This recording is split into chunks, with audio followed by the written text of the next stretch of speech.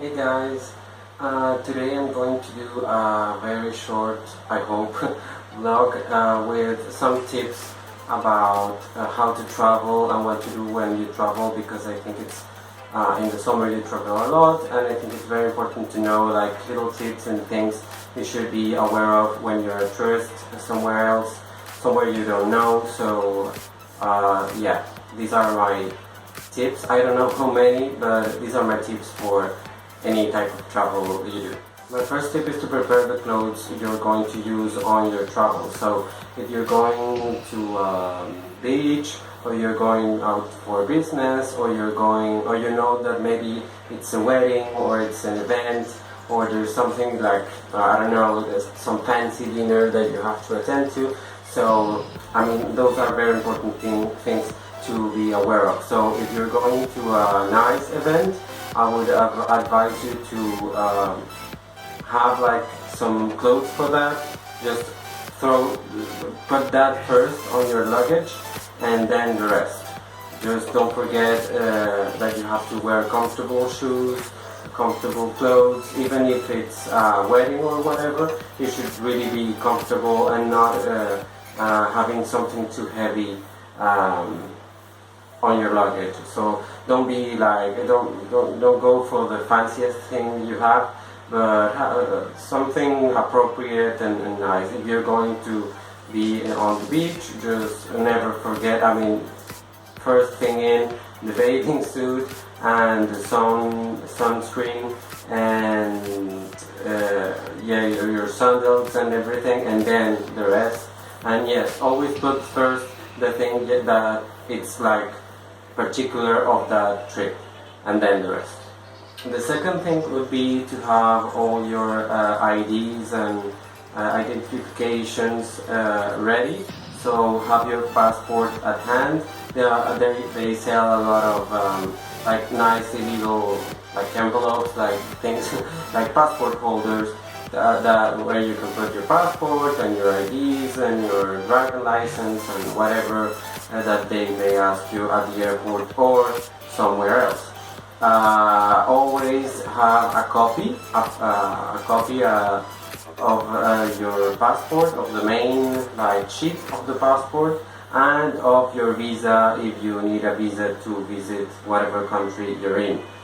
Sometimes in the street people will, I mean, the police, or maybe at a hotel, or maybe somewhere, people may stop you, or you may need your passport because they do discounts for tourists or something. So you may have that copy there instead of having the passport. Why? Because if you lose your passport, it's awful. You have to do a lot of things, and I mean, for some countries it's easier to get than for others, but it's better not to lose it at all. So always have that copy, and keep the real one in the, I mean, if it's, they have like a safe in your room in your hotel, or maybe you're staying at somebody's place and they have like a secure place in the house, I would advise you to keep it there. Never go out like dancing or whatever with your passport. I think that's very dangerous. Just keep it at home and just go out with the copy, and it's all perfect. Remember that at airports you will always have to, here in Europe at least, you will have to take off your shoes if you have like big shoes, like boots, and you know, like really big shoes, and also your belt. So always remember that if you're going to travel inside Europe, especially when it's the winter, or you know, the fall, because in the summer people wear less clothes and it's less of a problem. But yes, always remember to remove your belt before you pass, and that way you can make the line go faster if you are prepared. Don't be that person that's always like taking out things at the last minute, and with the luggage on the floor and just throwing clothes everywhere. That's annoying, not only for the people around you, but for you. So always be prepared. Remove your belt if you have to do it. Always have what I do is when I have to do the line in order to pass the X-ray machine, I always take my, I put my backpack in a tray. I put out my laptop to put it in another tray. That's always, they always ask that, so do it. And same if it's an iPad, I think. And I put everything I have on my pockets in the backpack. Coins, my wallet, my cell phone, everything. The belt. I put everything there, so I just have my backpack and the laptop at the other side. They pass the X-ray. The machine never does a sound if you do that, and you just put your belt on the other side and take off whatever you have to take out of the backpack. In your pockets, you only have to have maybe your cell phone and your wallet with every document, maybe your passport, but I would advise you to keep passport and money and everything on the front pocket of your backpack. If it has one, just keep it there, like to take out really easily. And same with your checking information, and every single thing that you need in an airport, just keep it in that pocket.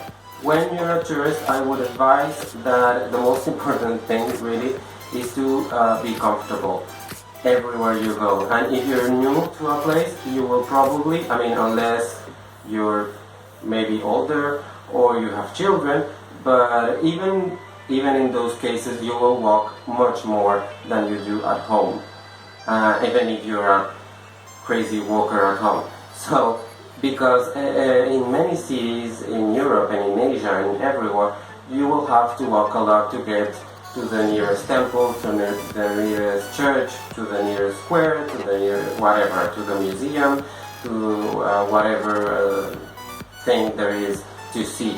So my advice, as I have said before in this video and in other videos, have comfortable shoes. Wear comfortable shoes, because that's so important. A good pair of sneakers, a good pair of, I don't know what they call it in other countries, but yes, sports shoes. A good pair of those are always the best. Try to have a pair at least, 2 pairs. Not 1 pair, because it might stink a lot at the end of your journey, but 2 pairs of sneakers are perfect. And why 2 pairs? Because maybe it will get rainy and they will get wet and you will need to have others. Why not use sandals? Why not use boots? Because no one in their right mind uses boots to travel. That's just ridiculous. It hurts your feet. It's not comfortable unless you're unless it's for a particular reason. But in the rest of traveling in general, you should only use sneakers, whether it's winter, fall, the summer, whatever. Just use those kind of shoes. Thick socks, I would say, are the best, and keep the sandals only for the days you're going to walk the least, if you will, or you're going to the beach. Because if you walk a lot on sandals, you will get blisters. I don't care how thick your skin on your feet is, you will get blisters if you only walk with your sandals. So keep those for the beach, keep those for a nice little evening when you're not going to move a lot. Another advice is to always have sunscreen. Always have sunscreen. Even in the winter is not so important. Maybe it depends on where you're going to travel. But in the summer and in the countries where there's a lot of sun, tropical countries or wherever it's summer, whether it's in the southern or northern hemisphere, you will have to have sunscreen. Why? Because everyone is prone to skin conditions resulting from exposure to the sun. So it's best if you have your sunscreen, it's best if you protect yourself. So always, before leaving, always have some in your face, in your neck, in your back maybe, if you're really sensitive, and on your legs.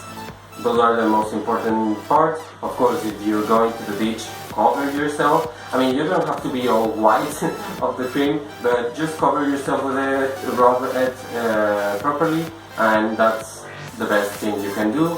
Always high SPF if that's possible, and if it's a low SPF, just use a lot, and it will, I mean, if you rub it properly, it will mix in your skin and you won't be all white.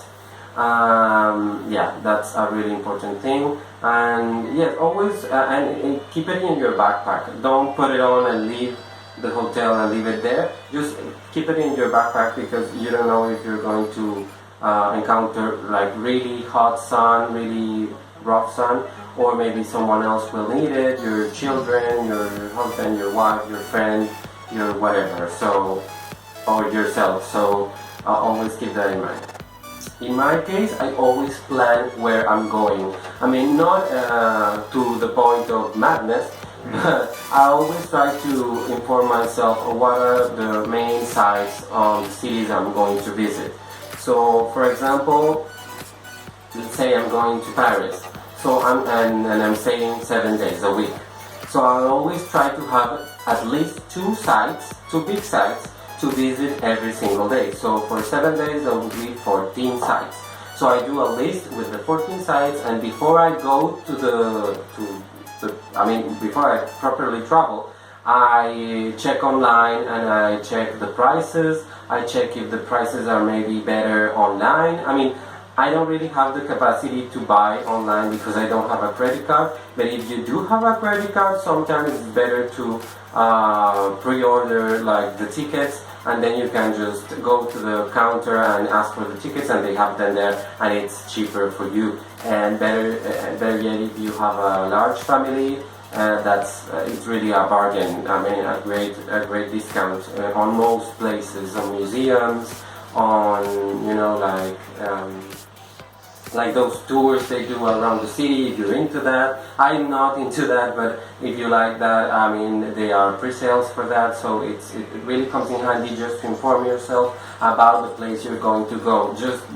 I mean, I know it's people think it's adventurous not to know like anything about the place you're going to visit, and it's good only to have like a guide, which is nice. I think guides are great, but guides don't tell you everything about a city, and it's better when you look at it for yourself. So what I do is that I inform myself about those 14 places around, about the prices, about the location, about how to get there.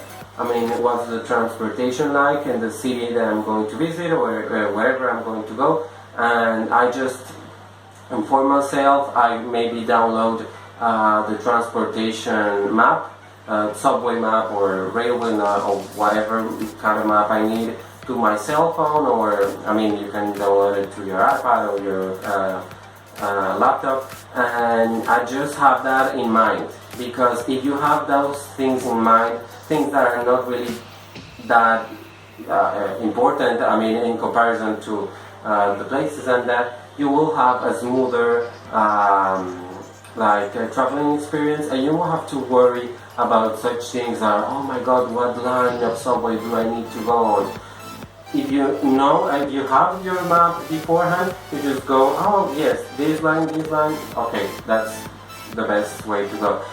And you are prepared, and you think less of that and more on the places you're going to visit, more on what you're going to eat, because eating is a great part of the traveling experience.